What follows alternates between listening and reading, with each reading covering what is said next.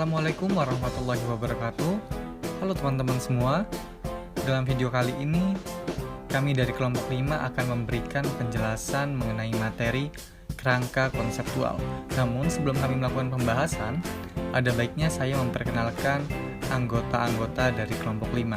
Adapun anggota dari kelompok 5 terdiri dari saya sendiri Agung Rizkila, ada rekan saya Destri Faradila Nur Afisha, ada Mega Amelia, Rudi Andrean, dan Putri Surgawi. Dalam hal ini materi pertama akan disampaikan oleh saya sendiri yaitu Agung Rizkila. Untuk materi kerangka konseptual, sebelum kita masuk terlalu jauh ke dalam pokok pembahasan, kita harus mengetahui terlebih dahulu apa sih tujuan dari kerangka konseptual tersebut. Nah, dalam hal ini, tujuan kerangka konseptual adalah untuk memberikan pedoman dalam penyusunan dan penyajian laporan keuangan bertujuan umum. Jadi fokusnya adalah di penyusunan dan penyajian laporan keuangan.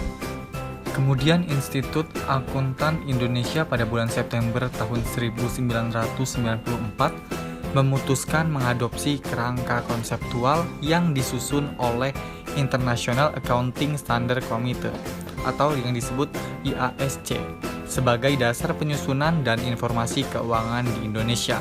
Sedangkan negara-negara Amerika dan Australia sudah memiliki kerangka konseptual sendiri. Setelah tadi kita mengetahui tujuan dari kerangka konseptual, selanjutnya kita akan membahas mengenai pengertian kerangka konseptual.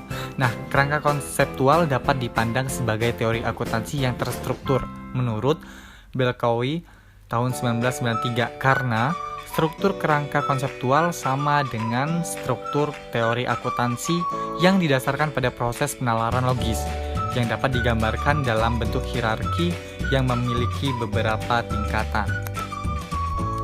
Adapun tingkatan pada kerangka konseptual ini terbagi menjadi 3 bagian. Yang pertama pada tingkatan teori tinggi, yang kedua pada tingkatan selanjutnya, dan pada tingkatan operasional yang lebih rendah. Nah, kita akan bahas secara satu persatu. Untuk pada tingkatan teori tinggi, di mana kerangka konseptual ini menyatakan ruang lingkup dan tujuan pelaporan keuangan. Jadi fokusnya pada ruang lingkup dan tujuan pelaporan keuangan. Sedangkan pada tingkat selanjutnya yaitu kerangka konseptual mengidentifikasi dan mendefinisikan karakteristik kualitatif dari informasi keuangan dan elemen laporan keuangan. Pada tingkatan operasional yang lebih rendah, kerangka konseptual berkaitan dengan prinsip-prinsip dan aturan atau rules mengenai pengukuran dan pengakuan elemen laporan keuangan dan tipe informasi yang perlu disajikan. Perlunya kerangka konseptual sebagai pedoman dalam menentukan standar akuntansi, sebagai kerangka referensi untuk memecahkan masalah akuntansi apabila standar yang sekarang ada tidak mengatur isu-isu yang baru muncul. Yang ketiga, sebagai dasar membuat pertimbangan atau judgement dalam menyajikan laporan keuangan. Dan yang terakhir, meningkatkan daya banding dengan cara mengurangi berbagai alternatif metode akuntansi yang ada. Setiap perusahaan diizinkan memilih metode akuntansi yang disukai dalam lingkup Generally Accepted Accounting Principle atau GAAP. Hal ini dianut oleh banyak pihak, terutama perusahaan, menurut Watts and Zimmerman tahun 1986. Perumusan kerangka konseptual yang pertama judulnya A Statement of Basic Accounting Theory atau ASOBAT dengan penerbit American Accounting Association pada tahun 1966. Yang kedua, Basic Concept and Accounting Principle Underlying Financial Statement of Business Enterprise APB Opinion No. 4 dengan penerbit Accounting Principle Board tahun 1970. Yang ketiga, Objective of Financial Statement True Blood Committee Report dengan penerbit American Institute of Certified Public Accountant tahun 1973. Yang keempat dengan judul Statement of Accounting Theory and Theory Acceptance atau SATA dengan penerbit American Accounting Association pada tahun 1977. Dan yang terakhir dengan judul Conceptual Framework for Financial Accounting and Reporting Elements of Financial Statement and Their Measurement atau Discussion Memorandum dengan penerbit Financial Accounting Standard Board pada tahun 1976. Kemudian, saya Mega Amelia akan melanjutkan mengenai komponen kerangka konseptual. Yang pertama dengan judul Objectives of Financial Reporting by Business Enterprises, dengan isi tujuan yang akan dicapai dalam pelaporan keuangan. Tahunnya November 1978. Yang kedua ada Qualitative Characteristic of Accounting Information, dengan isi kualitas informasi yang harus dipenuhi dalam pelaporan keuangan agar bermanfaat. Tahunnya Mei 1980. Kemudian yang ketiga ada Element of Financial Statement of Business Enterprises, dengan isi definisi dan karakteristik elemen laporan keuangan. Tahun 1980. Yang keempat ada Objectives of Financial Reporting by Non-Business Enterprises, dengan isi tujuan yang akan dicapai dalam pelaporan keuangan organisasi nirlaba. Tahun Desember 1980. Kemudian yang kelima, Recognition and Measurement in Financial Statement of Business Enterprises, dengan isi kriteria pengakuan dan atribut pengukuran elemen laporan keuangan. Tahun Desember 1984. Kemudian yang terakhir, Elements of Financial Statement, a Replacement FASB Concept Statement Number 3, dengan isi mengganti SFAC nomor 3 dan berlaku juga bagi organisasi nirlaba. Tahun Desember 1985. Kemudian kerangka konseptual IFRS, di mana di level pertama the why purpose of accounting atau tujuan dari akuntansi tersebut, di mana objektifnya provide information about the reporting entity that is useful to present and potential equity investor, lenders, and other creditors in their capacity as capital providers, yang artinya memberikan informasi tentang entitas pelaporan yang berguna untuk menyajikan dan potensi ekuitas investor pemberi pinjaman dan kreditor lainnya dalam kapasitas mereka sebagai penyedia modal. Kemudian turun ke bawah di level kedua atau jembatan antara level 1 dan level 3. Di samping sebelah kiri ada elements. Yang pertama ada aset, yang kedua ada liabilitas, yang ketiga ada ekuitas, yang keempat ada investasi dari pemilik, yang kelima ada distribusi untuk owners atau pemilik, yang keenam ada comprehensive income atau penghasilan komprehensif, yang ketujuh ada revenues atau pendapatan, yang kedelapan ada expenses atau beban, yang kesembilan ada gains atau laba, kemudian yang ke-10 ada loss atau kerugian. Di samping sebelah kanan ada kualitatif karakteristik atau karakteristik kualitatif. Saya bacakan secara bahasa Indonesia. Yang pertama ada kualitas dasar. Yang A, relevance dengan indikator nilai prediksi, nilai konfirmasi, dan materialitas.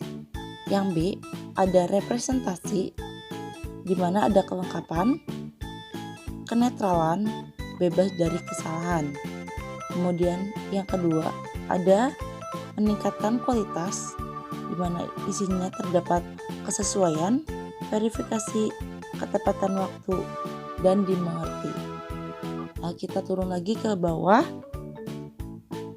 Di level ketiga ada implementasi, the how implementation, di mana di sini recognition sebagai pengakuan, measurement pengukuran, dan disclosure pengungkapan. Kendala yang dihadapi dalam hal ini, yang pertama ada cost atau biaya, yang kedua ada industri practice atau pabrik praktik industri, kemudian ada principle atau prinsip-prinsipnya, measurement atau pengukuran, kedua ada revenue recognition, pengakuan pendapatan, yang ketiga ada expense recognition atau pengakuan biaya, yang keempat ada full disclosure atau pengungkapan penuh. Kemudian asumsinya, yang pertama ada entitas ekonomi, yang kedua ada going concern atau kelangsungan hidup, yang keempat ada monetary unit atau unit moneter, dan yang keempat ada periodisitas atau periodicity. Kemudian, kerangka konseptual IFRS ini merupakan penjabaran dari piramida sebelumnya. Di level pertama, tujuan pelaporan keuangan yaitu menyediakan informasi yang menyangkut posisi keuangan, kinerja, serta perubahan posisi keuangan suatu perusahaan yang bermanfaat bagi sejumlah besar pengguna dalam pengambilan keputusan ekonomi. Kemudian, laporan keuangan memberikan informasi yang bermanfaat bagi investor, karyawan, pemberi pinjaman, pemasok, dan kreditor usaha lainnya, pelanggan, pemerintah, dan masyarakat. Di level kedua ini, karakteristik kualitatif dan elemen laporan keuangan. Karakteristik kualitatif dari informasi relevan terdiri dari nilai prediksi, nilai konfirmasi, materialitas. Kemudian kita turun ke bawah, dapat dipercaya, yang terdiri dari disajikan dengan jujur, netral, kehati-hatian di mana ada ketidakpastian, kesalahan dalam menyediakan informasi, dan menjamin adanya konservatisme. Kemudian ada kelengkapan.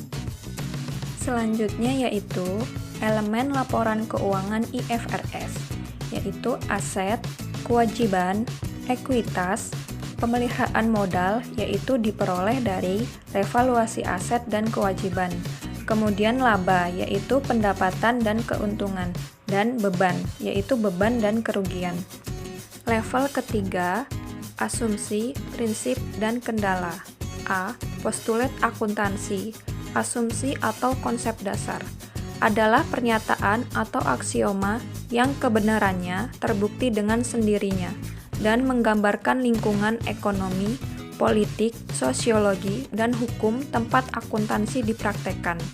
Yang pertama, kelangsungan usaha, dan yang kedua, basis akrual. B. Accounting principle atau prinsip pendapatan. Yang pertama, biaya historis. Yang kedua, biaya sekarang, yaitu apa yang harus dibayar hari ini untuk mendapatkan aset. Ini sering diperoleh dalam penilaian yang sama dengan nilai wajar. Kemudian, yang ketiga, nilai realisasi, yaitu jumlah kas yang dapat diperoleh saat ini jika aset dilepas. Yang keempat, nilai wajar, 5. Pengakuan pendapatan, 6. Pengakuan beban, dan 7. Pengungkapan penuh. C. Constraint. Yang pertama, keseimbangan antara biaya dan manfaat. Yang kedua, tepat waktu, dan yang ketiga, keseimbangan antara karakteristik kualitatif. Selanjutnya, kerangka konseptual Indonesia. Pengurus Pusat IAI pada tanggal 7 September 1994 menanamkan kerangka konseptual Indonesia dengan istilah kerangka dasar penyusunan dan penyajian laporan keuangan dengan kegunaan sebagai berikut. Yang pertama, komite penyusun standar akuntansi keuangan dalam pelaksanaan tugasnya. Yang kedua, penyusunan laporan keuangan untuk menanggulangi masalah akuntansi yang belum diatur dalam standar akuntansi keuangan. Kemudian, yang ketiga, auditor dalam memberikan pendapat mengenai apakah laporan keuangan disusun sesuai prinsip akuntansi yang berlaku umum. Yang keempat, para pemakai laporan keuangan dalam menafsirkan informasi yang disajikan dalam laporan keuangan yang disusun sesuai PSAK. Baik, saya akan melanjutkan materi dari Putri Surgawi. Karakteristik kualitatif dan kendala informasi. Karakteristik yang digunakan IAI terdiri dari understandability, relevant, reliability, comparability, relevant, timelines, substance of perform, serta matching concept. IAI mengakui adanya kendala dalam penyajian informasi. Di antaranya adalah ketepatan waktu penyajian, keseimbangan antara biaya dan manfaat, serta keseimbangan di antara karakteristik kualitatif. Elemen laporan keuangan. Berbeda dengan IFRS, IAI hanya mengakui 5 elemen laporan keuangan, yaitu aktiva, kewajiban, ekuitas, penghasilan atau income, beban expense.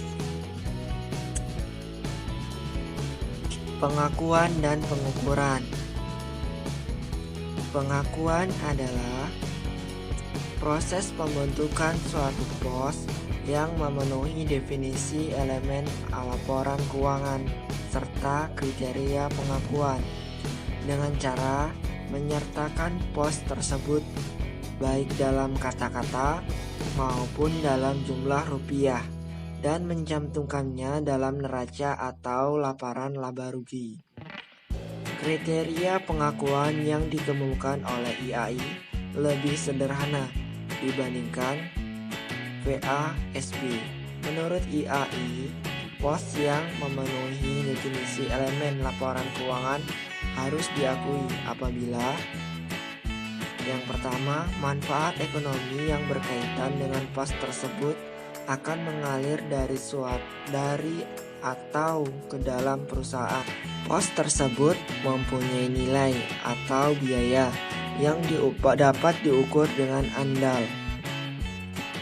Pengukuran adalah proses penentuan jumlah rupiah untuk mengakui dan memasukkan setiap elemen laporan keuangan ke dalam neraca atau laporan laba rugi.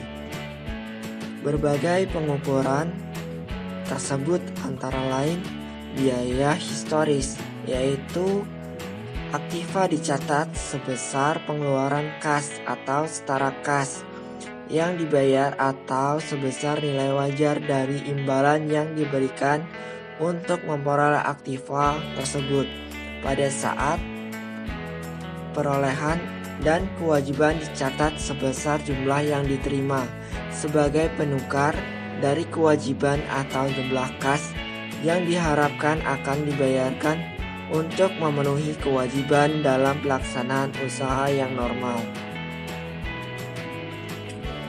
Yang kedua yakni biaya terkini atau current cost. Biaya dinilai dalam jumlah kas yang dibayarkan untuk memperoleh aktiva tersebut sekarang. Kewajiban dinyatakan dalam jumlah kas untuk menyelesaikan kewajiban sekarang. Nilai realisasi atau realizable value. Aktiva dinyatakan dalam jumlah kas yang dapat diperoleh sekarang dengan menjual aktiva dalam pelepasan normal atau orderly disposal.